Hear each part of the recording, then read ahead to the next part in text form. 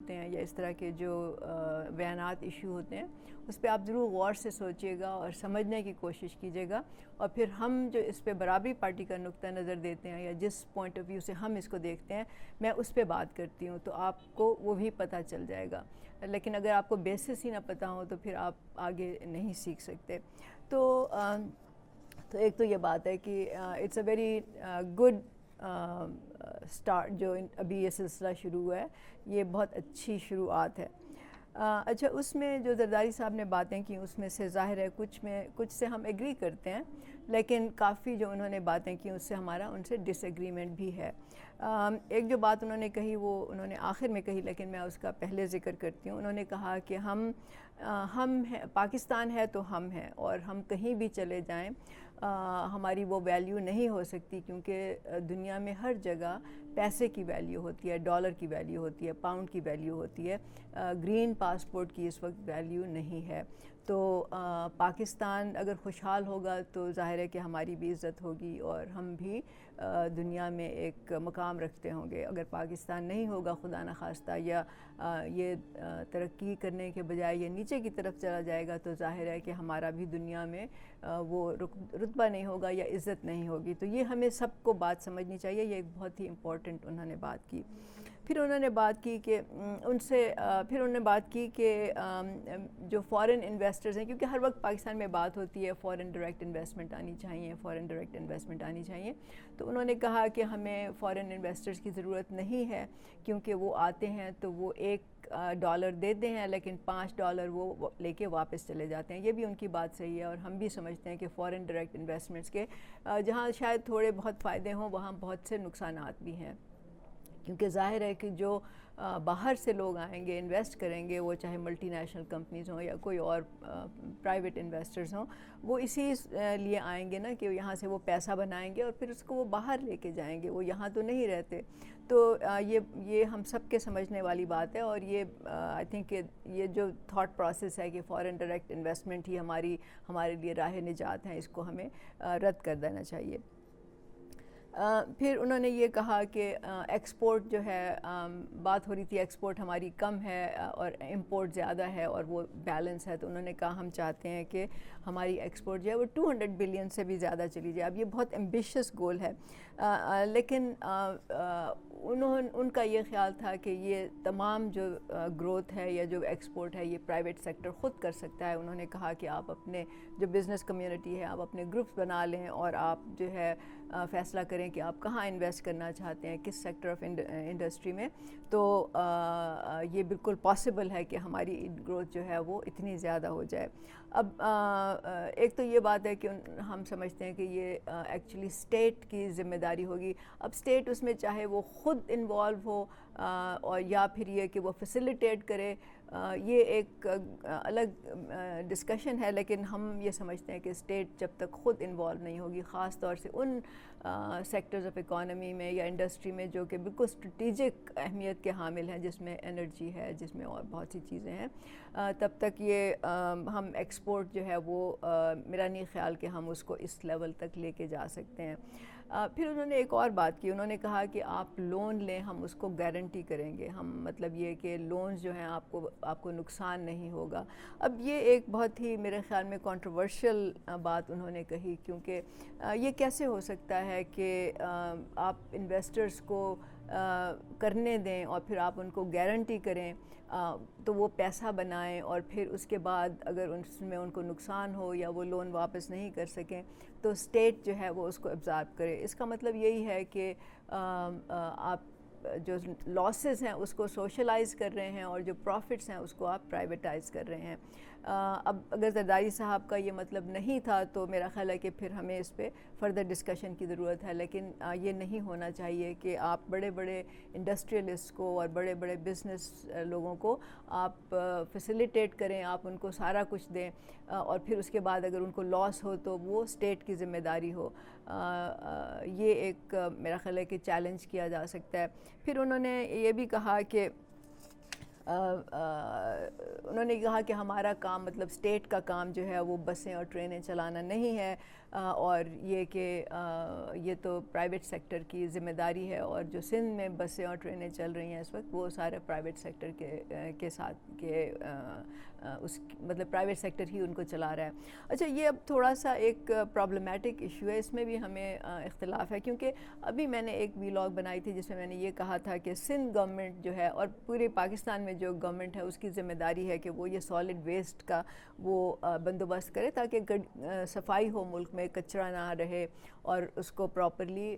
Dispose of کیا جائے جو بھی کچرا ہوتا ہے۔ تو کراچی میں نے کہا تھا کہ ایک چائنیز کمپنی کو، جو سندھ کی جو سالڈ ویسٹ مینجمنٹ بورڈ ہے اس نے چائنیز کمپنی کو یہ ٹھیکہ دیا ہے۔ اب پرابلم یہ ہے کہ وہ ٹھیکہ جو ہے اس کی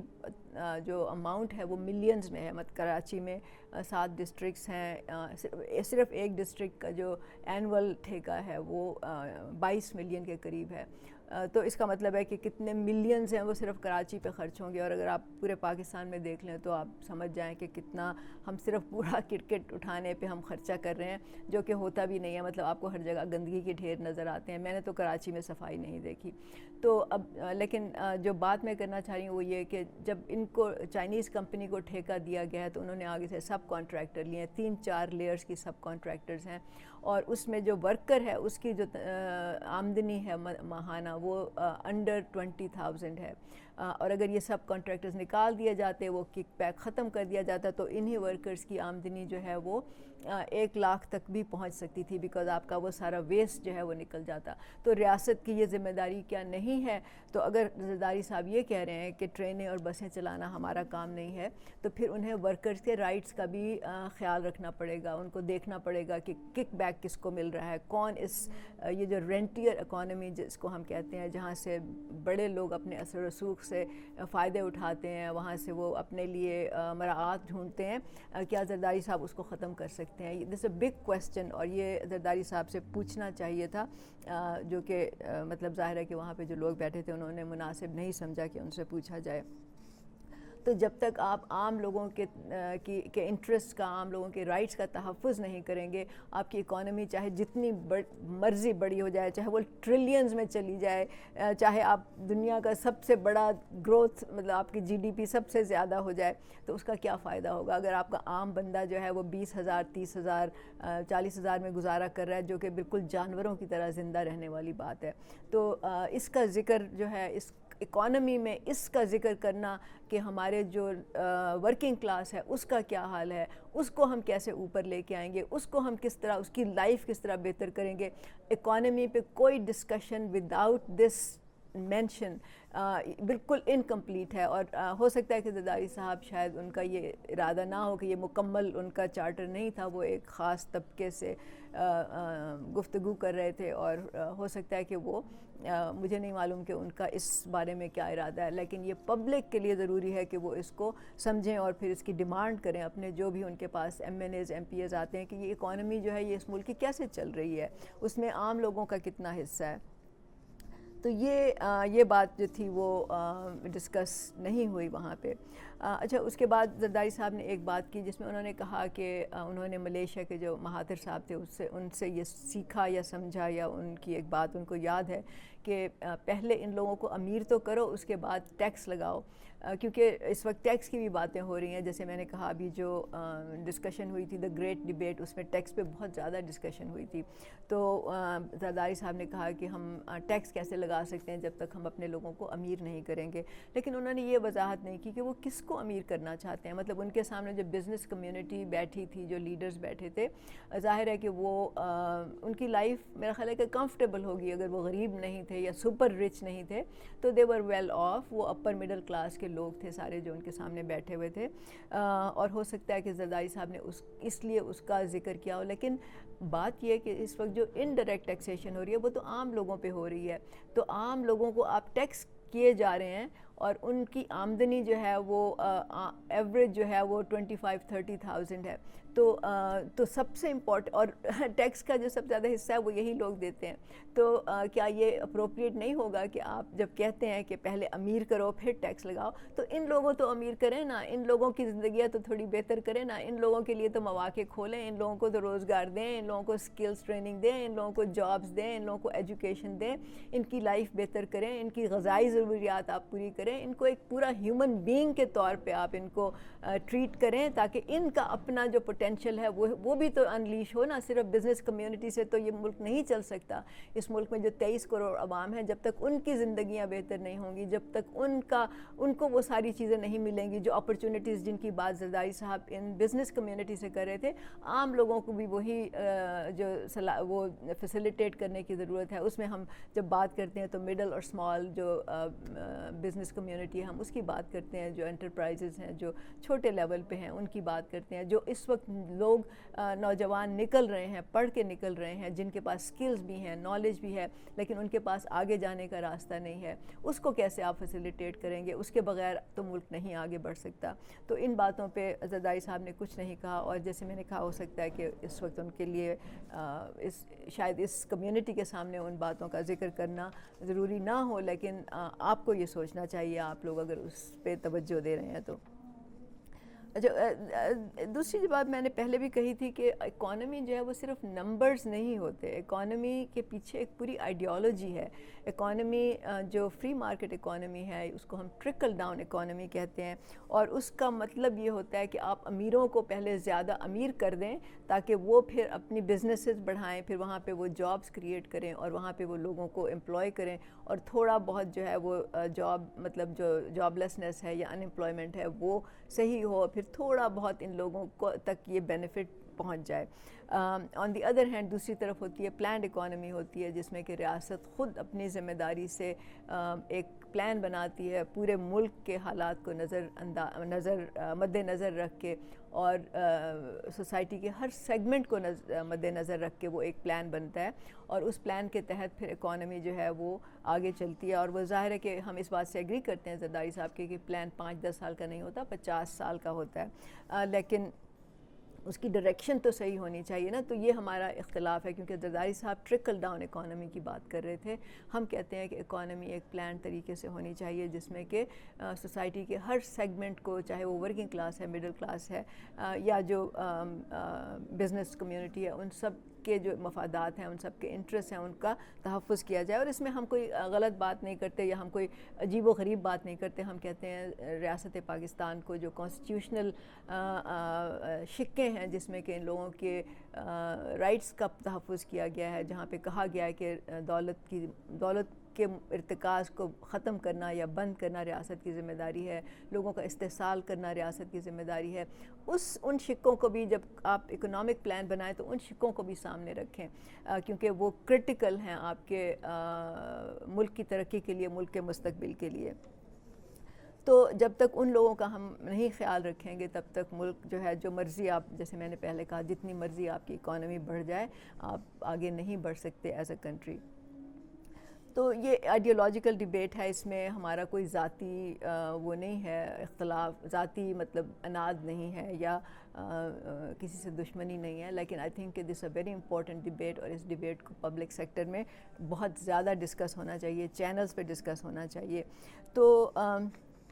اکانومی کا مطلب یہ ہوتا ہے کہ اٹ شوڈ سرو پیپل، مطلب یہ عوام کی فلاح و بہبود کے لیے آپ کا معاشی نظام ہو، نہ صرف کہ چند لوگوں کی بہتری کے لیے. تو جب یہ آپ پرنسپل متعین کریں گے، جو بھی ریاست جب یہ ایک فیصلہ کرے گی کہ اکانومی کا سول پرپز، بنیادی مقصد جو ہوتا ہے وہ عام لوگوں کی بہبود ہوتی ہے، تو پھر آپ کی ساری پلاننگ بھی اسی ڈائریکشن میں ہوگی، اسی حوالے سے ہوگی. دوسرے میں بات کرنا چاہوں گی کہ جب ہوسٹ نے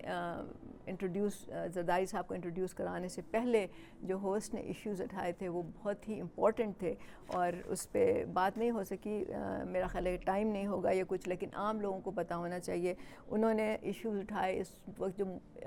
فوڈ انسیکیورٹی ہے، انہوں نے ایشوز اٹھائے کہ یہاں پہ ایک ایگریکلچر پالیسی بننی چاہیے، انڈسٹریل پالیسی بننی چاہیے، یہاں پہ آپ کو ایکسپورٹ پالیسی بننی چاہیے. تو یہ ساری پالیسیز آئی ایم شیور کہ کچھ ایک حد تک موجود بھی ہوں گی یہ پالیسیز، لیکن کیا ان پہ امپلیمنٹیشن ہوتی ہے، کیا ان کی لانگ ٹرم میں ان کو مد نظر رکھا جاتا ہے، یا ایڈ ہاک فیصلے کیے جاتے ہیں کبھی کسی کے فیور میں کبھی کسی کے فیور میں. تو یہ جو کک بیکس ہیں، یہ جو رینٹیئر اکانومی ہے، اس کا خاتمہ کرنے کی ضرورت ہے اور اس پہ بات کرنے کی بھی ضرورت ہے. تو دیکھیے ظاہر ہے کہ زرداری صاحب جب بات کر رہے تھے ان کے سامنے اپنا اگلا الیکشن تھا اور اپنی سیاسی بقا تھی، پیپلز پارٹی کو آگے لے کے آنا تھا، یہ ساری باتیں ان کی نظر میں تھیں تو انہوں نے یہ بھی کیا. اب ظاہر ہے کہ آپ پولیٹکس کو اکانومی سے الگ نہیں کر سکتے، تو لیکن بات یہ ہے کہ کیا اس اکانومی میں ان لوگوں کو بائی پاس کیا جا سکتا ہے جن کی کوئی آواز نہیں ہے؟ ظاہر ہے business community is a very strong community, وہ یونائٹڈ بھی ہیں، آرگنائز بھی ہیں، وہ ظاہر ہے کہ ایجوکیٹڈ لوگ بھی ہیں، ایکسپیرینس بھی ہیں، تو ان کے سامنے وہ اپنے موقف کو بہت اچھی طرح بیان کر سکتے ہیں. وہ اپنے جو ان کے مسائل ہیں، جو وہ کرنا چاہتے ہیں، جو ان کے لیے بہتر ہے، وہ اس کو وربلائز کر سکتے ہیں، بتا سکتے ہیں. لیکن عام لوگ جو ہیں وہ نہ آرگنائزڈ ہیں، نہ وہ متحد ہیں، نہ وہ شاید اپنے مسائل کو اس طرح سے سمجھتے ہیں، اور نہ ہی وہ پولیٹکس سے اپنی اکانومی کو یا اپنے جو معاشی مسائل ہیں، اور میرا خیال ہے کہ عام لوگوں کے پرابلی 90% مسائل جو ہیں وہ معاشی بدحالی سے یا معاشی مسائل سے ہی اٹھتے ہیں. تو عام لوگ شاید اس طرح سے اپنا موقف نہیں پیش کر سکتے، اور سب سے بڑی بات یہ ہے کہ ان کے سامنے اور ان کے پاس ایک پلیٹ فارم بھی نہیں ہے جس پہ آ کے وہ یونائٹ ہوں، آرگنائز ہوں اور پھر اس پہ بات کریں. تو برابری پارٹی پاکستان ایک پلیٹ فارم ہے، اسی لیے بنا ہے کہ عام لوگ آئیں، سیکھیں، سمجھیں اور پھر اپنے انٹرسٹ کو لے کے چلیں، اپنے طبقے کے انٹرسٹ کو لے کے چلیں. لیکن اس کے لیے نالج کا ہونا ضروری ہے، اس کے لیے آپ کو اپنے آپ کو یہ جو پیٹی ڈسکشنز ہیں اس سے نکالنا ضروری ہے، اور اس کے بعد آپ نے آرگنائز ہو کے یہ ایک پلیٹ فارم ہے جس پہ ہم آپ کو گائیڈ کرتے ہیں، ڈائریکشن دیتے ہیں، اور آپ کو کوشش کرتے ہیں کہ ہم آپ کو سمجھائیں اس اکانومی کے بارے میں. تو آپ اپنے آپ کو علم، ہم نے جیسے کہا کہ علم جو ہے وہ ایک قوت ہوتی ہے، علم ایک پاور ہوتی ہے، اور اس پارٹی میں وہی لوگ لیڈر بنیں گے جن کے پاس علم ہوگا، اور باقی جو اور چیزیں ان کا میں نے پہلے مینشن کر چکی ہوں. اگر آپ کو یہ چینل پسند ہے تو اس کو سبسکرائب کرنا نہ بھولیے گا. بہت شکریہ.